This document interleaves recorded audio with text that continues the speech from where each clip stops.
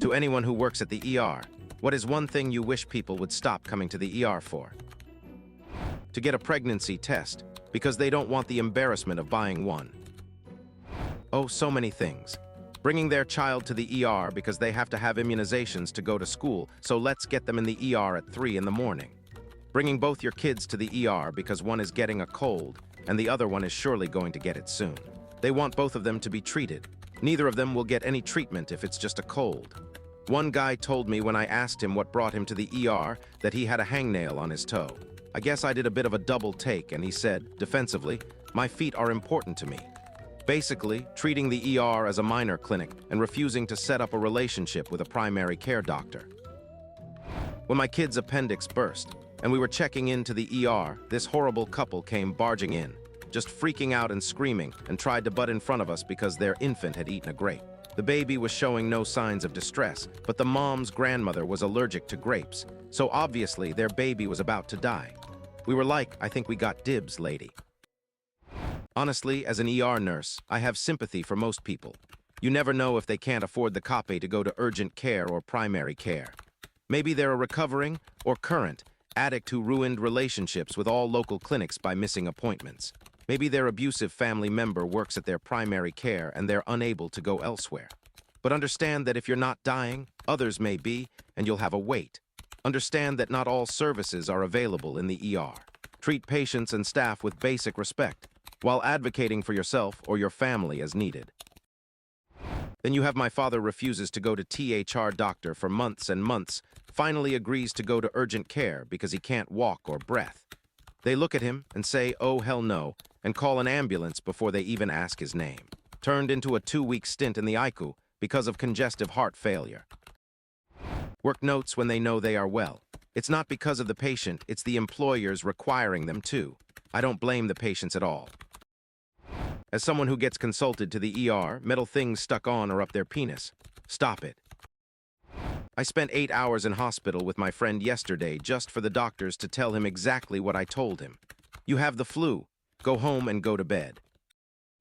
Children's ER for a common cold, but make sure you wait until after the game is over on a Sunday night.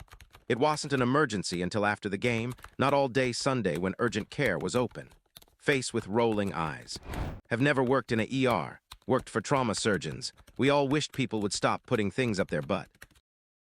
The American healthcare system is broken. People have to wait 6 months to see their PCP for anything.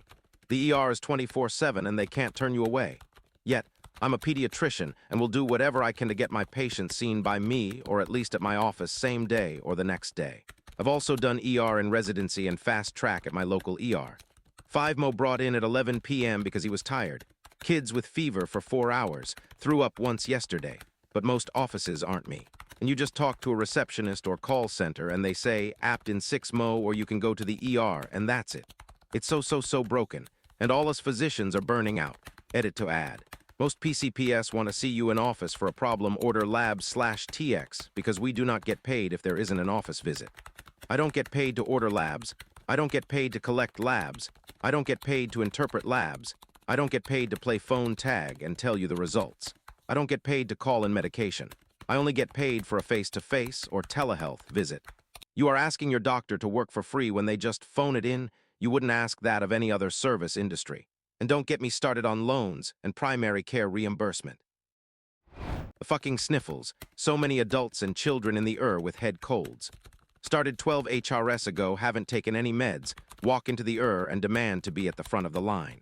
These are the entitled idiots clogging up the Each of them has to be registered and seen by a medical professional and takes up valuable time and energy away from truly sick or injured people. But the hospital won't say anything about it because, well, that's an easy bill. I'm just glad and surprised no one has said panic attacks yet. When I first started getting panic attacks, I went to the ER twice because I thought I was dying and didn't realize what a panic attack actually was at the time. People falling on common household items asshole first. In this day and age, you can have things specifically designed to go up your ass shipped discreetly to your home. They will feel way better and not get stuck up there. There is no excuse to still be shoving the bottle of Tylenol up there. You don't want to end up in the hospital or with autism. Former ER worker in Canada. For us. Sick notes. Asshole employers wanting a doctor's sick note because a staff member called in sick. Depending on time of day and day of week, they'll come to an ER because everything is closed, and they'll get fired if they don't provide said note. It ties up so much time and creates so much paperwork for an asshole boss. Most of the people feel bad too going. My asshole boss needs one and I feel bad for wasting your time. And we usually charge $20 for it. I asked my brother-in-law this once. He said Viagra. Young men, clearly not the target audience for the drug, would take it to try to have a spicier night with a lady friend, then go to the ER when the drug didn't stop working after 4 hours. The sniffles and a cough. I know you have something viral, you have something viral. Go take some Sudafed and a nap. Or go to urgent care. I suppose the caveat here is if they're febrile, but not gently febrile. Like 102.5 and higher. We'll still treat you the same, but we'll at least rule out bacterial infections. And no, your 99.5 fever is not a fever for you because you run cold. A fever is 100.4 or higher no matter how you run. Minus a few exceptions, I am a bit disappointed in some of the ER staff on this thread. Obviously, the average person doesn't know what constitutes an emergency or not, so that's why they go to the ER to find out. I think people in the medical industry forget that. One, we don't have the training you do.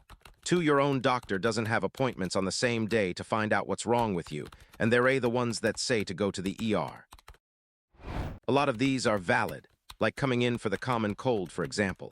But reading some of these replies has me wanting to never bother seeking treatment for anything ever, because I am going to worry that the providers are looking down on me.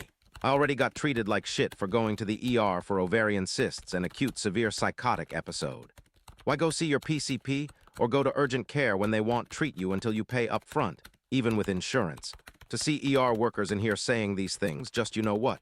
Never mind. Maybe I don't need treatment that bad. I truly dislike doctors and avoid going whenever possible. Unfortunately, I have a terminal illness and currently in stage 4 renal failure. The urgent care won't see me when I am having issues after hours. I can sometimes get an apt with my primary in a day or 2, but if shit goes sideways, I may be dead by then. So my only option is the ER, which I hate. I was having severe chest pain, and my left arm was numb for 6 hours on Thanksgiving Day. I stayed home and popped nitroglycerin until it finally got better. My reasoning is there is nothing the ER docs can do. It would be a waste of time for all of us. The people with a pineapple stuck up their ass need help and can get it at the ER. Let them go and be pineapple-free. From my dad, ER doc, throughout my life I've heard quite a lot. The thing that made him angriest and that he most often vented about, as the most frustrating and demoralizing thing imaginable, that he dealt with regularly. The casual cruelty of a system where issues that could have been treated successfully a long time ago weren't, because people couldn't afford it, had no insurance, and or were simply scared to risk official contact. People come to the ER for those kinds of issues when it's finally apparent to them that there's no choice. It's an actual emergency. That's usually way after whatever is wrong actually crossed the line into being a legitimate emergency. These patients quite often lose limbs to uncontrolled infection, will develop and endure permanent issues, become critically ill, ICU sick, and or even pass away, painfully and unnecessarily, in a hospital that pays the CEO more in a year than the average lowest paid full-time employee will make in several lifetimes. The ER and associated departments like trauma surgery must and should. His problem wasn't this bit, even though his liability exposure to lawsuits was the same. Provide at least baseline treatment for life-threatening or extremely time-sensitive care. This is true regardless of ability to pay, citizenship, or anything else, which thankfully is federal law. Even someone injured during the commission of a heinous crime, etc., is entitled to at least this. That said, for-profit hospitals won't provide treatment a micrometer past the exact legal requirement. It's more common than you'd think. He would see these types of patients pretty often. As a doctor, he of course knew what could have been done earlier, and knew better than was good for him what their likely prognosis was down the road. Typically, that federally mandated emergency care cuts off as soon as whatever issue you've got isn't actively killing you. And I mean in the next few hours, according to the satisfaction of arbitrary factors in some asinine bureaucrat-stained flowchart. Next week isn't an emergent need until next week. For any conditions afterward, complications, chronic, debilitating, or progressive issues, there's no cure, no getting better, and no regular treatment. Even things that can be cured won't be unless the patient is literally about to die and the cure is the only or cheapest option, which means the treatment, often delayed for as long as possible, also has a much lower chance of success. That leads to an absolutely horrific declining escalator of patients returning repeatedly to the ER in dire straits, receiving the pitiful amount of treatment, carefully, evaluated as exactly satisfying the bare legal minimum of care. Not gonna die right now. Then they're pushed back out the door until they don't come anymore. And not because they've been cured by a miracle, they're just no longer in need in the most final and unacceptable way possible. This is also a problem for cheaper insurance. After all, the most profitable client for an insurance company is one that's fully paid up, but isn't around anymore to use their policy for a claim they'd have tried to deny anyway. Make some generalized, innocuous-sounding rules, like requiring multiple rounds of approval for expensive and time-sensitive procedures means that sometimes that procedure won't happen and won't be billed because it's too late. It wasn't ever so much that he wished those people would stop coming to the ER. It was a wish that those people would never have to come to the ER for things like that in the first place. Things like a simple slipped knife while cooking, slicing a deep cut across the palm of an undocumented single mother that works full-time cleaning hotel rooms. Without insurance, a for-profit clinic visit bill can be food for a week for an entire family, just for a couple simple stitches and a script for amoxicillin. There's that or the huge, existentially terrifying risk of going to a free one, since that can mean an unsustainable loss of work stuck waiting at a crowded clinic, or worse.